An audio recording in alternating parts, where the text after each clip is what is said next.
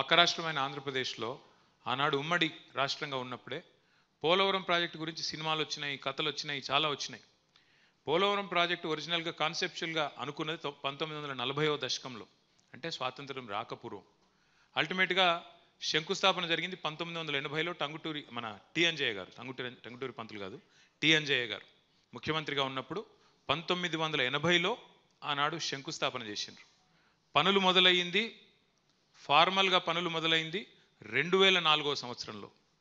యాక్చువల్గా construction start అయింది June 2014లో.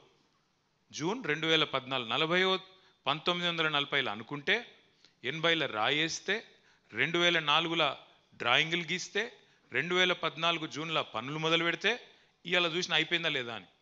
ఇప్పుడు ఏం చెప్తున్నారు తెలుసా, అందులో 2027 డిసెంబర్కు అయ్యే అవకాశం ఉంది అని చెప్తున్నారు.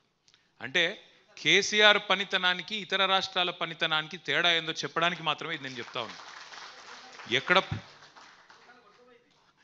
1940, ఎక్కడ 1980, ఎక్కడ 2014, ఎక్కడ 2004, ఎక్కడ 2027. అదే కేసీఆర్ గారు ఇప్పుడే మా గంగుల కమలాకర్ అన్న చెప్పిండు.